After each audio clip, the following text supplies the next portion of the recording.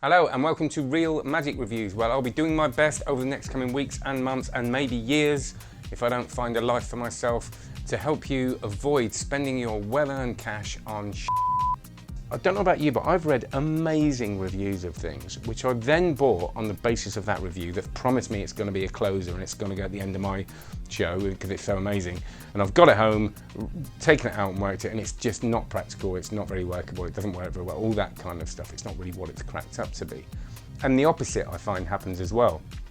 I might like the look of a trick, and then I look in the forums and I see some people slagging it off, and I kind of go, it doesn't sound like it's practical, and then I actually find out from someone who does it that it actually works really, really well. And that's usually because the people talking on the forums might not be professionals, they might not have taken it into a real world environment, so they might be gauging it on some demo that they saw in Blackpool under weird conditions. So I decided to start doing some reviews, and this is the first of these reviews. This is Noel Qualter's Bliss. Now, Bliss stands for Bill Loaded into Sharpie System. Bill Loaded into Sharpie System, which pretty much tells you all you need to know about the effect. You borrow a bill, they sign it, importantly, it vanishes in a pretty cool way, and it is inside a Sharpie. So Noel is one of those great thinkers, and this to me is probably, even though all of his tricks have been brilliant and really unique, this is the first time he's come out with something that is a classic effect, because it's not the first bill to impossible location, right? It's a classic effect, even though it's the first time I've seen one in a Sharpie, and it sort of blends his thinking, which is very unique. And that sort of, this is the first time for me those things have come together in a way that I go, right, I can actually take that straight into my working repertoire and use it. Well, that was my thought process. Obviously, I had to take the thing out, which I did. And it's quite funny. I talked to Noel the other day about this for the first time, because we hadn't seen each other for quite a long time, and he was telling me the work that had gone into this. And this is before he knew I was going to review it, by the way, when he was lecturing up in Sheffield. This is 6 years in the making. 6 years ago, he was telling me he started playing with this, he started making it, and he started making prototypes out of gaffer tape, and over the years, he started finding new ways of doing it, and he finally came out with something that was durable, that was really well made, and he found that he got it made with CAD, as opposed, which is the kind of other way of creating moldings other than 3D printing, and apparently CAD is a lot more robust.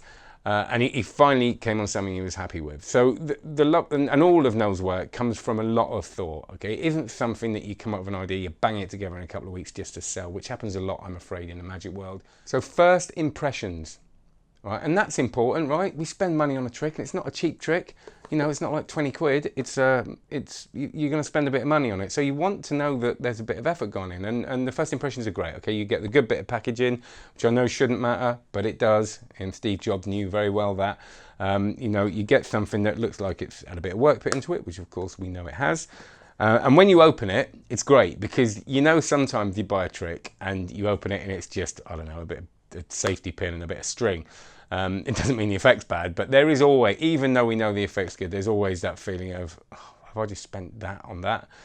And there's a bit, but you open this and you get like it's a bit James Bond, you know.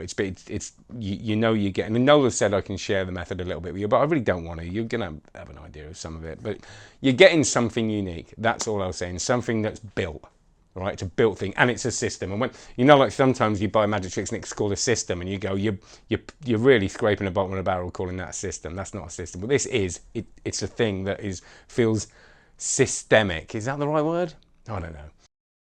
So I took Bliss out after about an hour's practice. Now I know, listen, there should be more than that, but I felt pretty sort of confident that I could do it. If I tend to put it amongst all my other stuff. So if I do balls it up a little bit, I can sort of do a bottle through table at the end, or to sort of redeem myself. And then if I balls that up, I just walk away sad.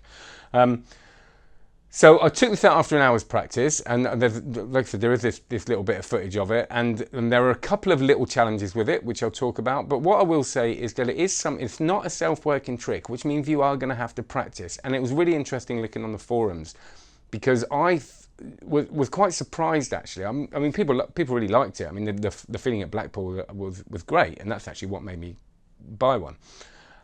But There are a lot of people talking about the load and talking about the fact, what it sounds like people are upset about, well, not upset or criticising maybe with this, is that it's not actually real magic. You don't take a note, get it signed, it doesn't visibly vanish from your hand and end up in a, you have to kind of get it there, you know, bill loaded into Sharpie system. So you've got to load the thing in. And it's like anything, if you've ever done a bill in Kiwi, you have to get the bill into the Kiwi. If you've ever done the cups and balls, you have to get the melon under the hat. None of that's, every magic trick has a flaw, and it's how we deal with that flaw that's how the trick works. And to me, this deals with it really well, because you get this system, you get a way of loading it into a Sharpie. And that's a real plus point for me. Yes, it's going to take you a bit of work. Yes, you might have to practice, but you know, I practiced for an hour, and I'm pushing it an hour with me sort of walking around procrastinating a bit as well. Took it out and performed it. No, I didn't perform it in the best way I'm ever going to perform it, but it did it, and people went, how the hell did that get in there? And that's kind of what you want on that base level the first time, and then you can add your performance to it. The first is you have to roll a £10 note up, or whatever note they give you. Now, the great thing about this, it works good with the new money. All right, it's kind of made for it. It works better. You can do it with the normal, but the sort of springiness of the new money, and you've got to roll it up, right? You've got to roll it up tight, and you'll see that I'm talking to you now that I'm doing this, and it's a little bit knacky, but like I said, mess around with that for half an hour, you're going to be able to do it in 1 hour, and it's going to get easier the more you perform it. So when you're rolling it, you know, once it's signed, same with a bill switch, you know, you've got to fold it a certain way, give it back to them, get it signed, and refold it. You're just going to have to perform the thing to misdirect a little bit, or to create so there's not dead space. The other thing is the bit where you actually do the load, the loading the bill into the Sharpie. Now, the vanish to me is very easy. I have no problem with that at all. Yes, it's going to take practice, but you know, you've got to turn up, do a bit of work, but that's fine. And then there's a moment where after you've vanished it, you can check, you can do what you want, you're totally clean, and then you have to go and do a bit of doings, it's, for want of a better phrase, to load the bill into the Sharpie before you present it. So that again is the bit. I did read a couple of things on the forums saying that it wasn't instant. It was, you had to faff a little bit. Now, of course you do. If you've ever done a bill in Kiwi, there's a bit of faffage going on there. Once you've done it a few times, you kind of realise what you can get away with. As long as you keep engaging people and keep talking people, you're going to be absolutely fine. And the other thing is that it is quite, because like I said, it is a sort of thing in there. It's not in there at the moment. I don't want to show you it, but it's kind of like it's. So you need a jacket, okay? When you put it a little bit like anything, like a ring flight. I do ring flight a lot. If you've got people behind you and they're checking you out, you want to be very careful with that. So I wouldn't want to do it if people were burning me from behind. Again, for want of a better phrase. But you can, apparently someone did load it into the front here, which sort of got rid of that. So you can adapt this stuff. Okay, first of all, like I said before, it uses the new money, which is really important. Now, a lot of tricks that I've been doing with money, I'm going to have real problems with when the 20s and the 50s and all that start becoming plastic. I'm sure we'll be able to adapt, we always can, but this is kind of made for it. It works with the old money. If you get given a 20 or something like that, it still works, but it's properly good for this stuff. So that's the first real positive for me. The other thing is, it's a Sharpie, right? It's something you've got on you anyway, and it's something you can use before the trick. And so it's like a callback. You do a trick with a Sharpie, and then you can call back to the Sharpie, or you get them to sign a card beforehand. You call back to there's something nice about the sort of consistency of going back to the same and not having to get out another object. Now, I've got no problems with introducing a new object and all that kind of thing, but it is kind of nice to have that. The other thing is, it's no pocket space. Okay, you don't have to use your pockets. It's like a completely separate unit. So if you've got space back there on a belt, you're totally sorted. And if you are working pro, you know how important that is. The other thing for me, which was really important, which was it's clean. Now, the reason I bought this, because I was doing Bill in Kiwi, and I'll always do Bill in Kiwi on stage. It's a beautiful routine, Cole Cloutier's routine, Bill in Kiwi, and I love it.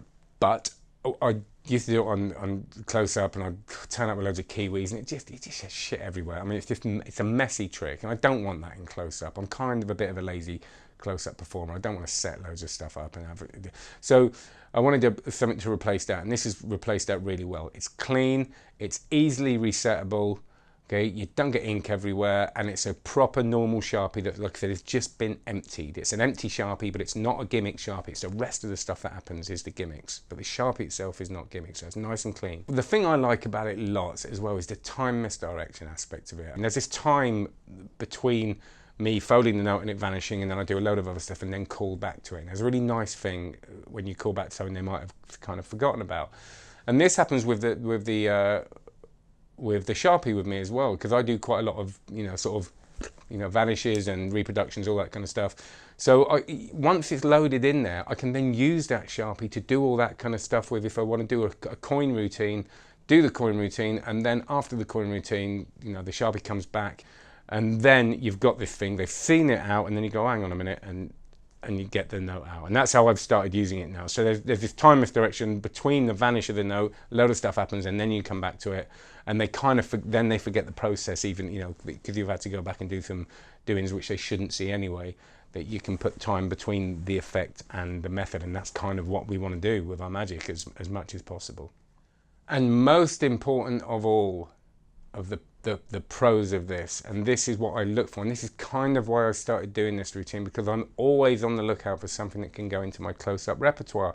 And it's not because I really need it, because anybody that's been working for a long time has a set that we can do pretty much with our eyes closed, because we've been doing it for a lot of years. But I really believe that as a performer, if you start getting bored of what you're doing, the audience pick up on it. It happened with me as a street performer. The minute I stopped enjoying it, my money went down, my gigs were down, all that sort of thing. So that's when I sort of got really into magic.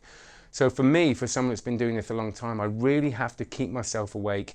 I have to keep trying stuff, keep challenging myself, and keep finding new tricks. But the thing is, there's no point in doing the new tricks if they're not going to work commercially. And the number one thing about this trick, it's a bill to Sharpie. It can't not work commercially. As long as you can get it in there, as long as you can do the trick, it's a great trick. And that is the thing about this. So in my mind, it's a recommendation, which is good, because I don't really want to stand there and slag things off. And I'm really, really glad, because I know the work that's gone into it now. So will you have to work at it? Yes, you will have to work at it. Will you have to practice? Of course you'll have to practice. But it isn't, there's tricks that I've been working up for 6 months now that I'm still not quite got into performance. And I played with this for an hour and took it out there.